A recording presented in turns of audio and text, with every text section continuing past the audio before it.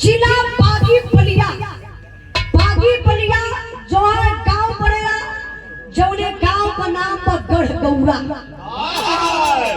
गढ़गौरा के रहे वाला पीर लोरी जकरे बाप का नाम बतावल गल बुढ़कुब्बे, माई का नाम रहल खोइलन, बड़के भैया का नाम रहल संवरू दादा।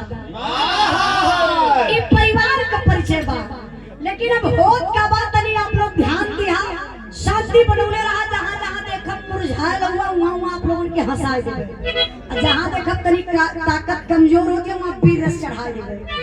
खाली बस आप लोग मिजाज बनौले रहा, कलाकारी हम यहाँ से करबे। ए मास्टर साहब, तारा चंद्र यादव आग थे नाग थे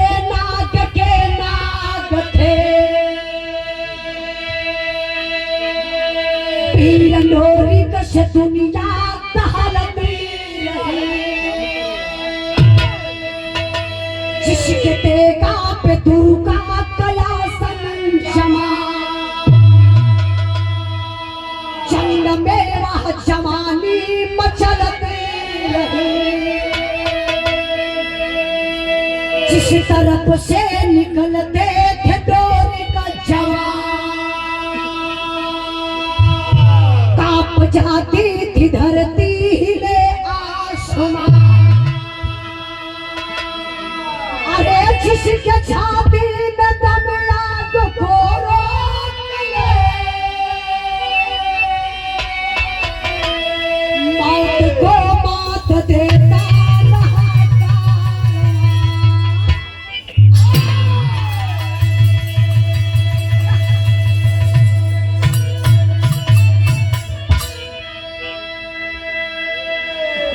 एकदम भरिया था ना, सब एकदम क्लियर होता ना आप लोगों को। हाँ, पिछला पीछे ले जा था ना, कौन पूछने तो तरीका। अरे अवजिया हो, अवजिया आप लोगों ने सुना दिया भैया ना, चला ठीक था। वैसे हमारे दिल ऐसे खुश हो कि आप लोग हल्ला ना करते, कहीं कहीं तो दूर पियक्कर ऐसा मिल जाला कि रतिया भर डिस्टर्ब कर ले रहा, लेकिन आप लोग बहुत महान हुआ, दिल बहुत आप लोगों से हमारे खुश भैया। ये महफिल में अब हमको चुनत रही कि देखिए अच्छा यहू लोग पियला कि ना दारू वारू, लेकिन देखत ला एकदम सब लोग कहानी कहाँ का बा पहले ही बतौली, उत्तर प्रदेश जिला बलिया के रहे वाला पीर लोरी।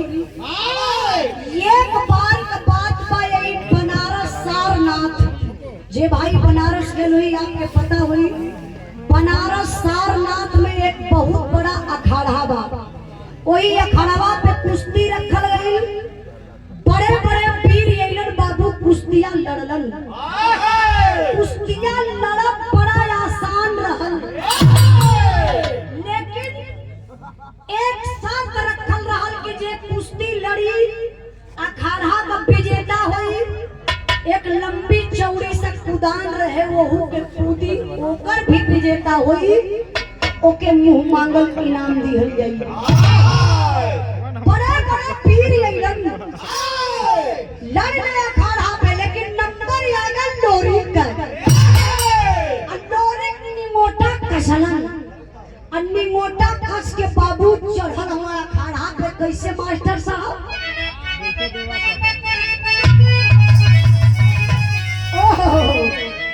गीत बड़ी बढ़िया लगल बा, ये हमरे माई बहन वाली गीत लगल बा, जो गांव में आप लोग बियाह शादी में गावे लू, उहे गीत मास्टर साहब बजौले। जब भैया ई लोग गावले तो बुझाला कि इनाम के मुँहे से रसगुल्ला का रस टपकत है, कितना नहा के गावे लू। कैसे मास्टर साहब,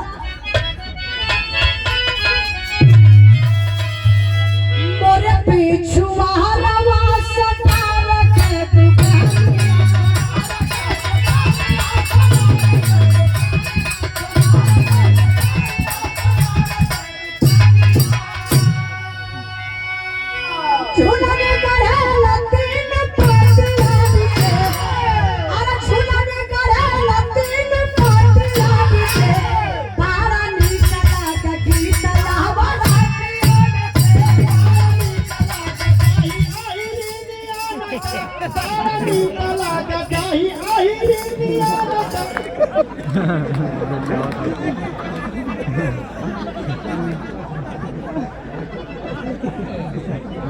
भाई में साथ खाती है हिरान वाले बाबू प्रजापति हिरण के बारे में ना जाना माला वाला दाता इनका स्वागत कर दे प्लीज यू स्टैंड अप खड़े हो जाओ साले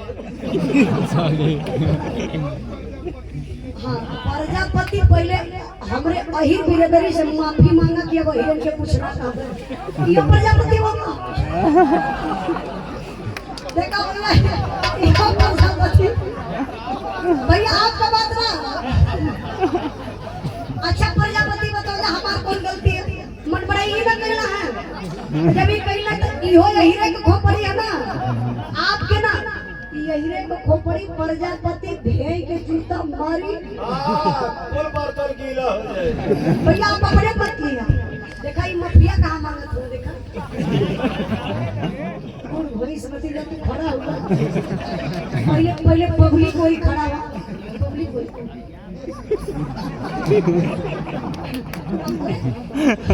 पब्लिक कोई हाथ उठा कर कहता भैया बहिरे की पूछना चाहता मुझे से बोलो भैया बहिरे की पूछना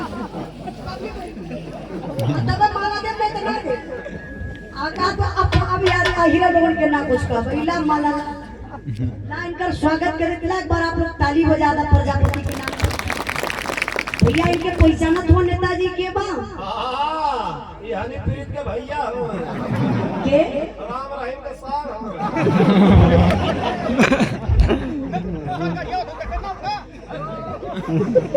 रियल में बिगड़ा था नहीं कॉमेडी गरियावत हो तू रामायण पढ़त रहना अगर तो नाराज हो कि इलाम पैसा गाड़ी सुनो सा वही नेता दिए तो नहीं ना ये 1500 दे ये करे घर हो जा सकता अब तो डराई भाई गए प्रजापति हमारे कलेजा ठीक है वहाँ प्रजापति में पावर एकदम हो काली इतने नारी पूरे संसार पर सार हो पूरे संसार का पूरे समाज गई मैं बोला था कुछ तो नाराज है कि भाग जाएंगे ये जरे भैया को मिलू गलो ए भैया आप अपने बात पर मिला दो बिजन ये दुष्ट आदमी है रखा थैला पार्टी में तो के खाली नाक बांध नहीं तो रखी तो ना देखिए अब इतना अंदर सेवा कर डाली अगर आदमी हुई है तो अब इस सुधर जाइए अहिरन के कुछ ना करेंगे आई मास्टर साहब दर्ज कवर रहा है दर्ज बजाइया जो हमार माई बहन लोग गावे अब की मत बोलिया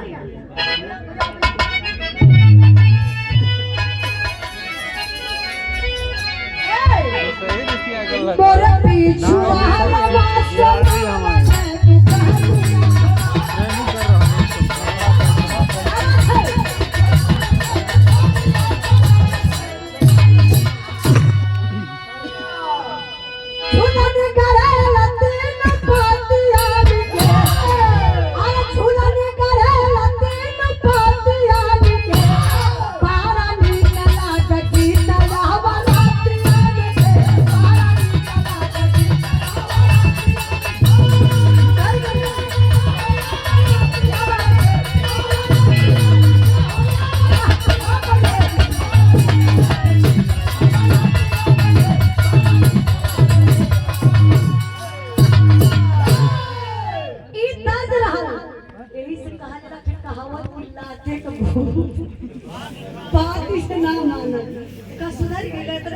कब से हमें परेशान कर ले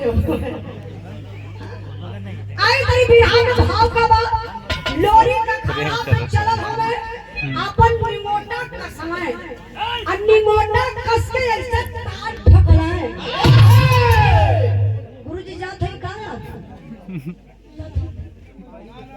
नहीं तो बहाना करते कहीं भौजाई का फोन ना होता देखी ना वीडियो कॉल करके दिखा दे आजाद है दादा के लेके जाते अगर ना मारा हमसे बात करावा गुरुदेव बहकार अच्छा कहानी अच्छा सॉरी गुरुदेव अब समझ गई आपको कहानी तब नहीं तो दिखा एक शंका का बीमारी बहुत तेज चल रही है आप लोग बिरहा सुना होगा ना तो मेहरारू लोग घरवा से शंका करती हो कहाँ रतिया भर रहेगा ऐसा अगर कहीं मेहरारू हो तो वीडियो कॉल करके दिखा दे उजाला यादव का बिरहा सुनती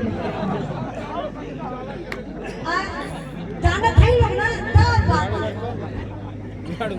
आई प्रजापति भैया बैठिया जइया दी ये के तो हाथ रही आई तरी बिरहा पर ध्यान दई लोरे के बाबू अखाड़ा पे चढ़ल हो अन्नी मोटा कसलन दाल ठोकरन चलिए पहलवान से हाथ मिलौलन मिलाई के कैलन का बना सारा नाथ पे पुतान के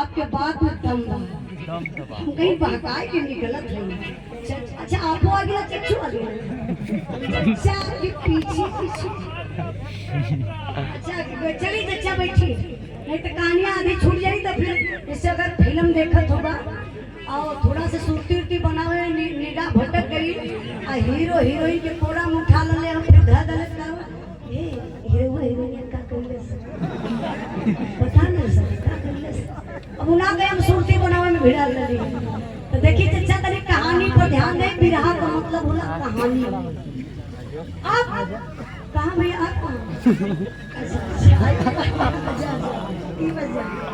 बड़ा अमन के झेले करी लोरी बाबू अखाड़ा पे चढ़ गए जो कुश्ती रहा 20 मिनट के ओके 2 मिनट में खत्म कर रहे आई गई ले कहां वही कुदनिया के पास कहां से कुदान भी जे कूदी दोनों का विजेता हुई ओके मंगल इनाम दी हले लोरी कइले कुदनिया ऐसे देखल आ लोरी कुदनिया देख के हथवा से ऊपर कइले हथवा लोरी ऊपर करके याद शक्ति दुर्गा मतारी के लोरी पुकार गले सभा में इज्जत बचा ले पाई जैसे कहीं के बाबू पोजीशन लोरी बनौले अब पोजीशन बना के कुदत कैसे हो कुदनिया कला निशवा मत जाया गिर जाए तुम हमार टूट जाए हवा के गाय चैन के डियर हम पागल है ना हां जेकर खानदानिया पागल हम पागल आप बचऊ यादव का मामा मामा ने अच्छा बड़े अहीर बिरदरी में अब देखत थैला कि अमृत जो ना दूधवा दूध दुहाई के ले जाए के बाजारे में बेच देते अब हरियन से बल्टवा में भर ले तो जहरवा ले के वो तो पी के एकदम टन अगर केहू के एक गिलास अब दूध दे दिया जाए तो बड़ा मुश्किल से लोग पचाए अरे पाइए। भाई आप डायरेक्ट हो जाते हैं। हाँ लेकिन पहले का पहलवान लोग रहे पछऊ वीर बार पहलवान में प्रणाम करती हूँ आपको। और हम लोग गए थे वहाँ, हर साल उनके नाम पर प्रोग्राम भी होता है बनारस में। आप जेपी यादव बड़े भैया जी की तरफ से वीरों के एक वीर, अच्छा बचाऊ वीर बघेला वीरों में एक वीर थे। अच्छा किले में ढेर शेर से लड़ा, तेरी लगा था बताओ थो क्या बात है। 501 रुपए का पुरस्कार देखा। अच्छा अच्छा बिरहा के गौलेरण विश्वनाथ गुरु साथ गौले हुए। अच्छा बिरहा के बहुत बड़े प्रेमी है, एक बार आप लोग जोरदार ताली बजा के स्वागत कर दिए। अच्छा अच्छा आपके गांव के कवि थे। अच्छा जौनपुर, तब तक हम जौनपुर हुए कोई सुराग का। अच्छा गोनौली चंदो करे अच्छा इनके करीबी गणेश इंटर कॉलेज उधर लगा सभा में ताली अरे चोरे यही रहेगा बैठा फिर बोलने प्रजापति। हाँ प्रजापति यही भाई तो बड़ी पागल बिरादरी होले। तोरे घर में घुसा बुद्धि 12 बजे खुला ले एकदम। जब से मोदी जी बैठल बा 24 आई दादा छुपा कर देगा। बिरहा को ध्यान करिए, लोरी हो गई ना विजेता। अच्छा जे भी जौने भी लाइन में अगर विजेता हो जाए तो ओकर उमंग थोड़ा और बढ़ जाना, तनी शरीरिया भी ठंड में हो जाने। असमनवा रहल होली के त्योहार तो लोरी सोचले कि हर साल तो होली अपने गांव में खेलली, एदा बारी तो होली चलब बगल के गांव में खेले। अच्छा बगल का गांव कौन रहल? कुसुमापुर, जहाँ का राजा सहदेव जेकरे बिटिया का नाम बतावल गल चनवा। चनवा वही छत्ते पे चढ़ के ये पार ऐसे कंघी करत रहल। ये हर से लोरी 5-6 गो लवंडन के साथे चलत है। कैसे चल रहे मास्टर साहब?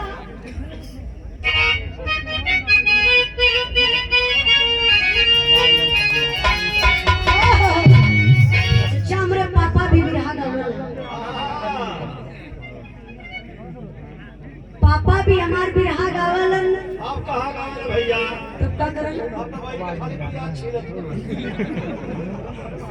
करब प्लेट में जत हो झाड़ू लगावत हूं। अरे भैया करही करी। काहे भैया? जब लेबर का रहिए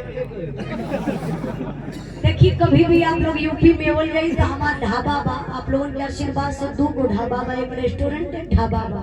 कभी भी आप लोग बोल जाए तो भोजन जरूर कर जाई।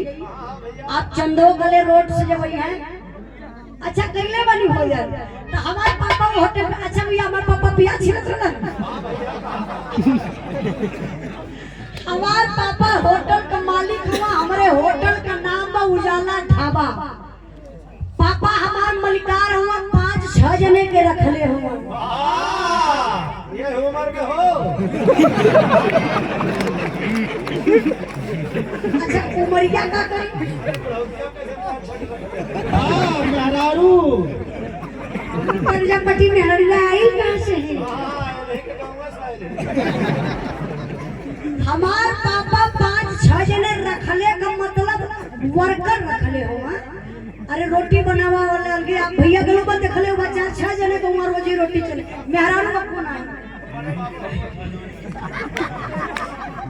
तो ये कबो मम्मी हमार पहुंच जाए तुम्हारी करे बदे। नहीं भैया ऐसा बात मत सोचिए, हमारे पापा बहुत ईमानदार व्यक्ति हैं, अच्छा बहुत हुए। पापा हमार अपने जमाने का बड़ा अच्छा गवैया। पापा का बिरहा सुन के हम बिरहा जगत में ही। पापा हमके बिरहा आज भी सिखावल, पहले भी बतावे कहाँ बेटा केहू कलाकार कैसो गौले रहे, लेकिन जब तू गई तो अपने अंदाज में गई। ये गीत हमारे बिरहा में लगल बा स्वर्गीय रामदेव गुरु का तर्जमा, लेकिन ई हम अपने अंदाज में गाए।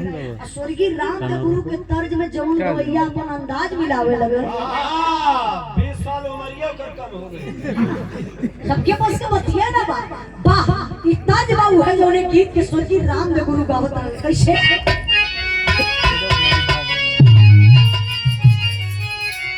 अरे कोई कहता रे सासु दागिया जमावली कि कोई कहता रे सासु दागिया जमावली अमृत डालनी जोरन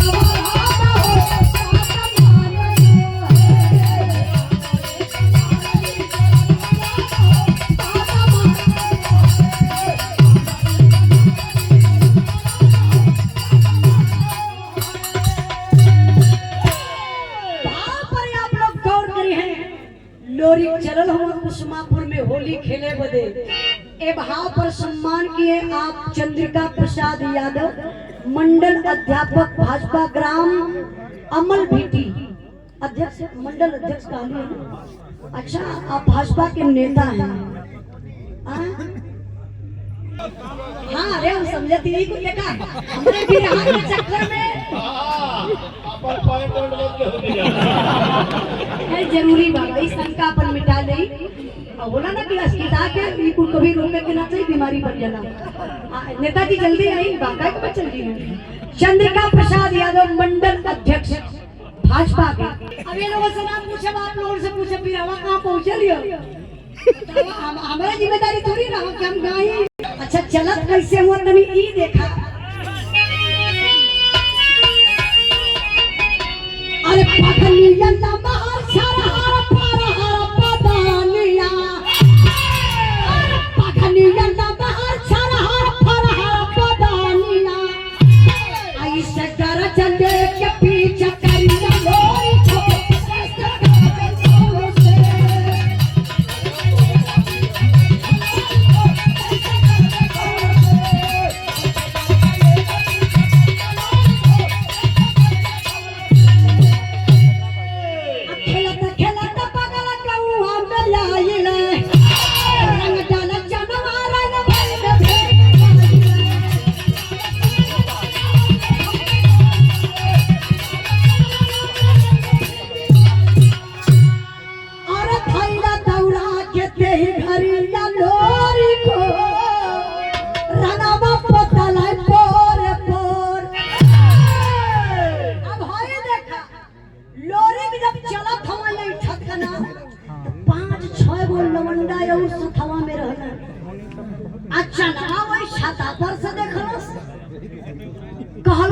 कोई 5-6 गो लवंडा लौकात हुई गई गाँव सो ये माये एक कोई मरद बा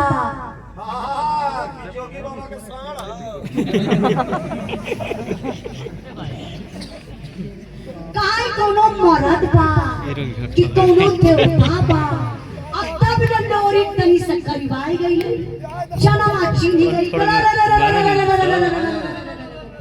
अरे इतना गौरा का लोरी खमाई हो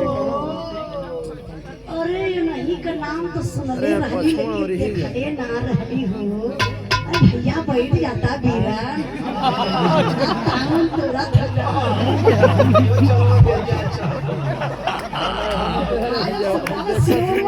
बैठा बैठा भैया बैठा सुनावा तो मिली ना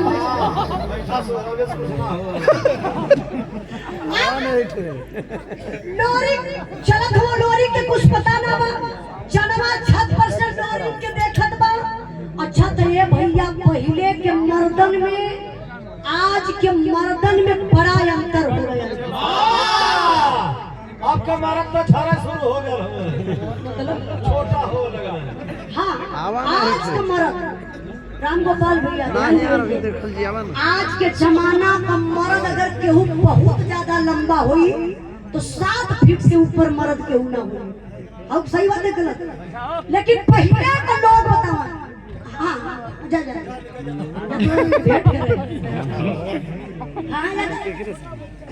हाँ उस करे के बहाने अरे होला ऐसे यादव का बात ना बताई फिर आप ध्यान दें।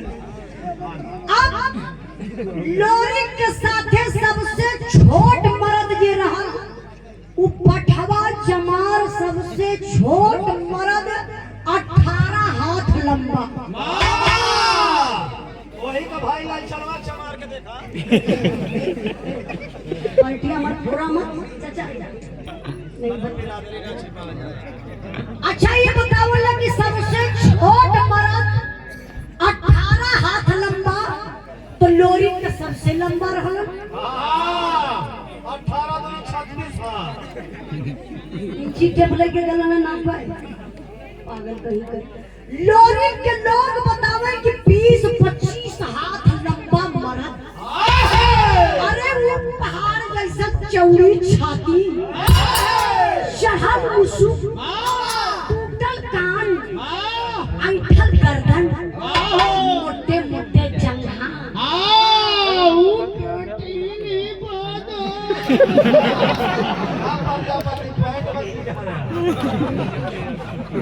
भैया जब बैठल हमारा सबके छोड़ दिला आपके नाम से इनके छोड़ दिला बस बार बार इनके कहा कापो कबा उजलवा एकदम परेशान कर ले ये आज हम परेशान कर ले दूसरे मंच बन के समझ ले अब लोरी के गजब का बनावट राल जवन आज का हीरो मान ला जैसे सलमान खान तमाम हीरो हुआ अपन बॉडी बनौले हुआ जिम करके लोरी का प्राकृतिक तेल रहा वो बॉडी बनल रहल चनवा देखलस बाबू लगन ये हथवा नीचे लगा रो करे दिल में भैया ने 56 किलो ना रेंगे हो। अरे देखलस खलस हाय हाय रे अगर ये मर्द हमरे जिंदगी में भेटा जात ना दो चौकी आराम से रोक तो भैया अब का अखाड़ा देखकर वो बंद होता और एक नोट पूछ दिया होले हो हाँ गद्दा मोटे मोटे रही स्क्रीन वाला लड़ला देखा ना लोग बहुत लड़ाई देखा अब चनवा सोचती को भैया लोरी ऐसे करी बइने चनवा छत पे बा पलटी में रंग भरला रंगवा पलटिया कइले में चमक लोरी के ऊपर कइला से लोरी कलर बड़ी माई रे ए भौजाई ए कहां भैया बना ए चाची आप लोग बैठो चाची लोग के तो ही अंदर बैठा देखा छोड़ के मत जा रोज रोज भेंट मुलाकात ना होई लिखल बदल रहा तो भेंट हो गई ना चाचा नहीं तो फिर होई वही ना भेंट पता नहीं कहिया होई जब ले गावत ना तब ले तनी बैठल लागू आप लोग बैठल हो तो हमके बड़ी खुशी मिली भले पैसा ना दे नहीं कोनो जरूरी ना बा कि उजाला रुपया पैसा पर बिरहा गावेली उजाला तक हो चौक पर बिरहा गा दे दी हाँ कलई के बोरा घूमदा है हमार सार मिल जाई। आप लोग बैठबू ना तो ऐसा कर तो समझी बैठबू नहीं भैया कैसे लेट तू पैसे उनके दिलवा बैठा अपने माई बहनों से हाथ जोड़ के रिक्वेस्ट करत बानी कि आप लोग 15 मिनट बैठे ठीक ना ऐसे गावल जाता है देखा बिरहा का मतलब होला एंजॉय अरे घरे का टेंशन तो रोज लेके कपारे पे मरही हम एंजॉय करके गाई आप लोग एंजॉय से सुना ताकि आप लोग भी एंजॉय करा हम वो एंजॉय करी ना कि हम डिप्रेशन में माइक माइक करके कपार खजला खजला के गाई और नेताजी का फरमाइशा वाला हाथ रस का तो ही सभी बिरा उठा दली तनी 15 मिनट आप लोग शांति बनौले रहिया ये 200 रुपए का पुरस्कार